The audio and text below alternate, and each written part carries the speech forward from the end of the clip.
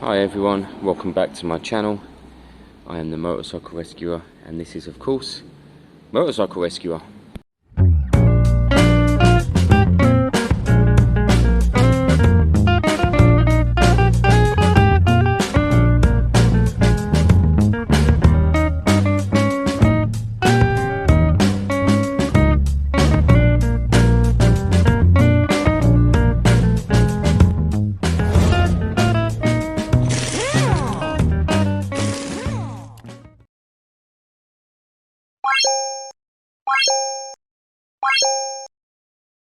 So yes, welcome back. I've had a well-earned week away. Most of it on my own, a few days with my brother and his partner, so really nice. When I'm here at home, at my home address, I can't stop thinking about bikes and work and other stuff. I'm terrible, I can't help myself, so I have to tear myself away.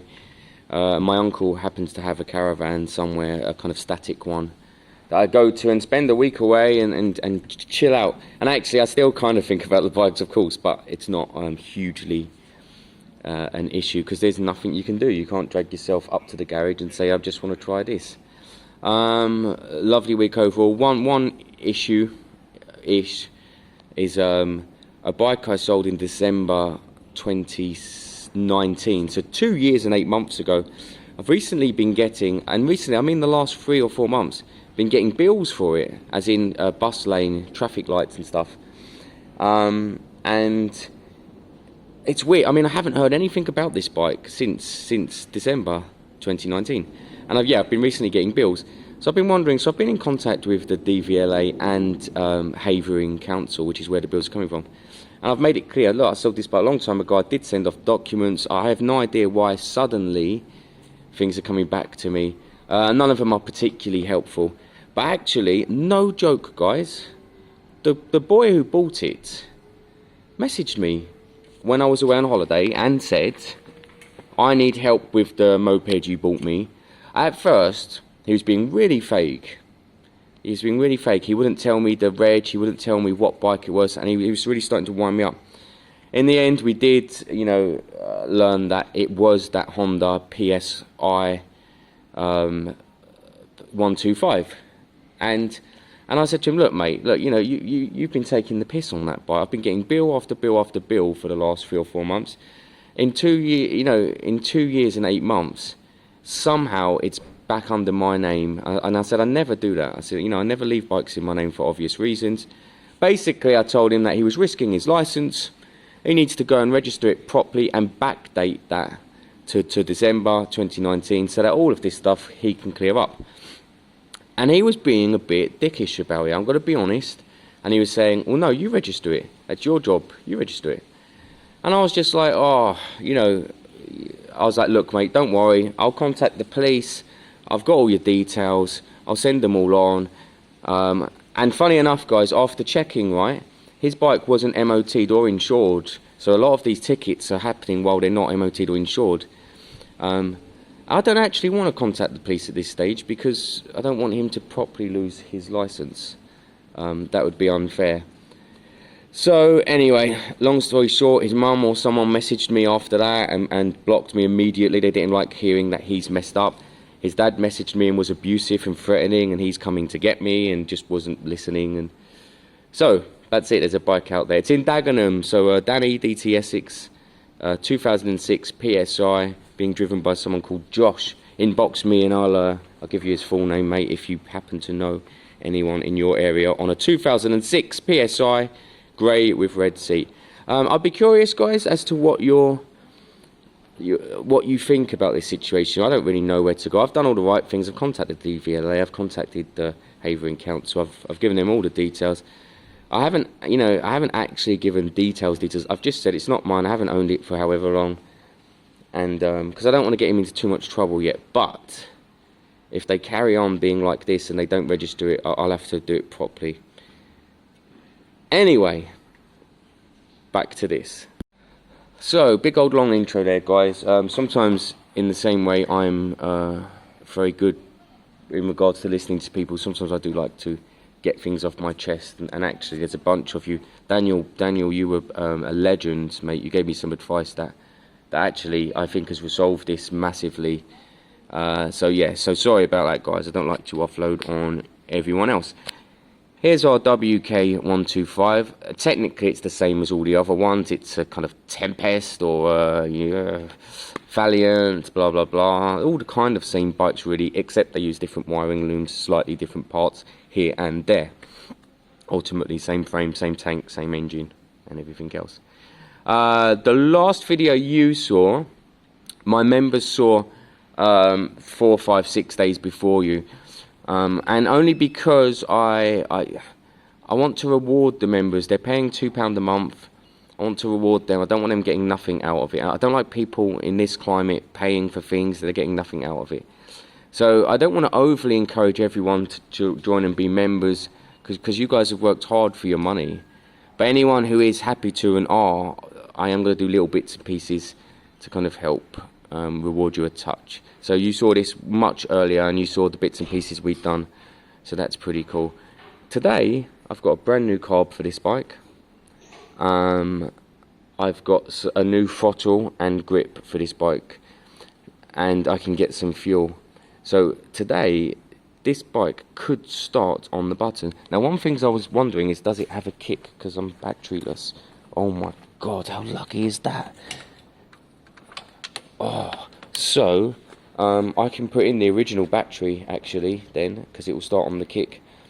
I didn't have the funds to spend 40 quid on a new battery. I'm not using Tainer batteries anymore, so they're a bit more expensive from other places, but I might need to in the end. Let me pull out the chain. That was quite funny. I had the chain in Coke, not in Pepsi Max, for 7 days. So after checking the chain, I am going to reuse this chain. I have ordered a new link though, because I've lost the circlip of the old one. I mean, it's here, don't get me wrong, but I am going to put on a new link just to be sure. There are no seized links in here, none at all, and that's what makes it still usable. And of course it hasn't stretched to the point where it can't be used on the bike. So yeah, this will be used with a new link coming over the next day or two. It will need a little bit more cleaning up, and it will need lubricating and everything, but a very usable chain. If you had any seized links at all, then you wouldn't be able to use your chain. It would be silly, but they're all free and good. It should have been a bit shinier than this, but you know, I'll get cleaning on it and it'll be lovely towards the end. Where are we now then? Let's pull out this new carb and have a look at that. Anytime you have a carb that bolts on like this, that has an end like this, to do with Honda CGs or Chinese bikes, you have a Honda CG125 carb or copy carb, okay? That's what you have when you've got this. These factory carbs, they come into the country on the bike, and they are restricted to hell. Normally the air fuel screw is into the point where it's unusable, and things like that. So anytime you buy a carb separately in this country, and honestly guys, this was 15 quid, you're better off straight away. You're going to get a better flow, better jetting, your bike's going to run better and a bit quicker every single time. I've taken these off, I've cleaned them, I've tried taking off, you know, tuning them. It's a pain, it's hassle. So I buy a carb for 15 quid, I put it on, it doesn't need cleaning, it's got new seals, and nearly every time it's good to go. Now it's probably not because I said that, but every other time it's good to go. I'm going to be blanking off the EGR today, because that's another thing that can go wrong. I'm going to leave the system in place like this, hidden away, but I'm going to put a blocking plate underneath here so we don't actually have any flow going through it. No reason why I'm leaving that, except the alternative would be cutting it here and it would look a little bit silly. You can buy a little cheap blanking plate, but it's extra expense for no reason. All you need to do is cut a little bit of tin or something underneath, put it down, bolt this back down and stop the flow. That's the kind of priority. So at this stage, and the old choke can come off, cut it, pull it, don't care what you do, just get rid of it. So at the moment, the airbox is a pain in the arse to move, so I may have to take this off from the engine to pull it out there, to bolt it onto the new one to pull it back. But you know, ultimately what you do is pull the airbox back and get the carb out. So I'm going to switch over so that we're ready for the new carb, and the tank is fine and clean on the inside. I don't think I'm going to be switching. I think I'm going to be selling this as a rough and ready bike when it's eventually safe and MOT'd and running, riding and working. I don't think I'm going to do any changes, any upgrades. It'd be very tempting to sand this down and paint it. I could paint it black, I guess, but then you've got to mess with 2K top coats and this and that, and I kind of can't be arsed. What you could do is rough it up and make it a real kind of rough bike, a real rat bike. Anyway, I'm going to pop this carb on. That's my next step. I'm going to take my time. I'm not going to film it. It's nothing to film, guys. At this stage, I'm going to be taking these bolts off the engine. They're loose anyway. You take the cap off up here like this. That's very simple because we're going to be switching over the caps. That will just pull up and tuck away. There you go. Like that. 9 times out of 10 you can reuse these, but there's no point. I like switching them over. And we're going to get this carb on there. It's got a choke on the side. Choke down is choke off, up is choke on, and actually in a couple of hours I think we should be able to start this bike off its own juice. Alright guys, so looking at this, just a piece of advice here. You look at this seal. This is a seal here, and you can see that the metalwork has corroded, and the seal is very flat. If you desperately have to reuse this seal, do. Ideally you'd be swapping it now, or even putting a paper gasket on, something in between. But do get it out and do clean it, get it all clean underneath, otherwise it's not going to last long. What you'll end up with air going into your engine. Wait a minute. Yeah, you'll end up with air going into your engine, and from a bad seal, and you'll get erratic idling and stuff. So do, if you see anything like this ever, do take it off, do clean it. Ideally switch it out for another one. I should have a spare one, a better one, and then you're good to go. If you desperately need to use it, clean it out, reuse it. But when it's this kind of flat and squashed and bad, it's not ideal. You need it to be plump. It needs to kind of, it's the only thing between the air going in and the actual outside, so deal with it basically. Alright guys, so I'm here in the front. Who you can hear is Ryan behind me. He's the owner of the GRS 125 now. He wants to put the other exhaust on, which is fine, the racing exhaust, which we're going to throw on today. And the bike still has tiny bits of oil leaks that we need to kind of look at, which we can do. It's not a huge issue. But main thing is he wants to put the other exhaust on. I'll be really curious to see if this smoke comes back. I think it will. So after we'll get some footage of the more racing exhaust on the other bikes and see if the smoke comes back, which it, you know, almost definitely will. Here we're kind of set up. I don't like the throttle cable. The throttle cable doesn't quite fit because it has a screw-in version here, which screws into there, so it doesn't quite work. I can't switch these caps over, they're different sizes. So what you would need is the CG125 line, which I got last time for the Valiant, so it's exactly the same at that stage. Everything else is good to go. I do need to put the throttle on somehow and get that kind of spinning, and then I don't know actually, and then we'd be looking for, it might have the screw in there to make this clutch active again. It might not. I'm not sure. So I'm just kind of playing around at the moment. So we've got Ryan back here just playing around, well, you know, working really. I'm here just kind of just doing the same thing, just flicking through this project bit by bit. It's very hard to say exactly what I'm doing because I'm a bit all over the place when it's so busy, basically, or the bike, I mean, is so busy. So, hammering away here, I put a new clutch lever on, which I've had in there for a long time. Second I pulled the clutch, the cable stretched to the point of no return. So the clutch wasn't feeling very good at all because the cable's not good. You can see, look, it's all frayed up here. So new cable will of course be bought and on its way. It's an interesting setup, so we need to kind of try and find the right one. So I'm going to have a good look online for this one. Again, when you're trying to find parts specific to this bike is where it gets awkward. But it needs a cable to function, and it needs a cable that ends like this. Ryan's cutting off the exhaust, and we're putting the rear stand, and we're putting on the sports exhaust just to try it again after a couple of weeks of it being running. Ryan took it quite far last week, a couple of hours drive, so it's doing alright. Where am I? I got the throttle on, but it's not a comfortable cable. It's a bit stiff. It doesn't sit well.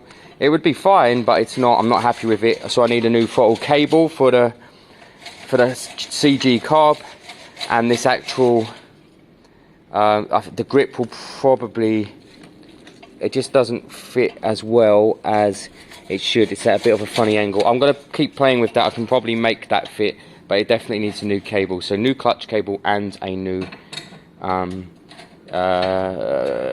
accelerator cable for this one. But we can still kind of get some fuel in here after, give it a couple of kicks and see if it runs off its own juice, you know. Alright guys, GRS 125 KSR moto with that exhaust back on. It's been, what, 2 weeks, Ryan, since you've taken this bike quite far. He hasn't seen the smoke yet. Let's give it a go.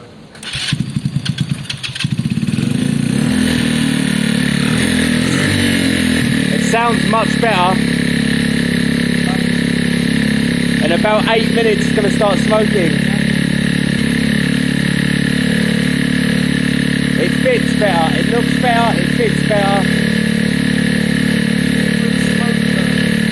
Yeah. Guys, I'm not going to film all 8 or 9 minutes. We're going to leave it, and if it does start smoking heavily, we'll come back. So guys, I threw these levers in the garage a long time ago because I couldn't get them to work, and I'm still not sure if I can. You see the little bubble down there?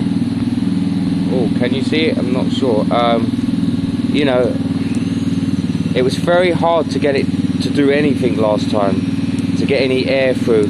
You have to get it through here. It has to go down into the master cylinder, and then it needs to pump. And normally you would just pump away either viciously or really gently to get the bubbles out. But it doesn't seem to. They're very, very hard to bleed. I am going to try because I do want this to work. The other thing you could do if you're desperate is get the syringe and go reverse back up, squeeze it all the way in, and you might push it all the way back through up to here. You might get it to work, but I'm just kind of clutching at straws at this stage because these are all we've got. Ryan's bike is smoking, but we just think we'll burn it out a couple of times, and he might use it and take it for a week or so to kind of use it and burn it out. I do want to get this front brake doing something because it kind of needs to. I forgot there's no exhaust on here. I'll chuck the exhaust on after, just loosely. We have got an exhaust bolt issue here. I'm in two minds as to what I want to do with it. Part of me wants to try and extract it, but if we do and it breaks, finding a top part of this engine is not easy. I have got a bolt extractor. I don't know if it'd fit in here. Otherwise I might try and just get a nub just on, look, there's still thread on there. Might try and just get a nib on there, and then obviously bolt solid here. We've got to just work with what we've got. This isn't an expensive bike. It's going to be cheap. It needs to be safe, but you know, I don't want to do engine rebuilds and stuff like that.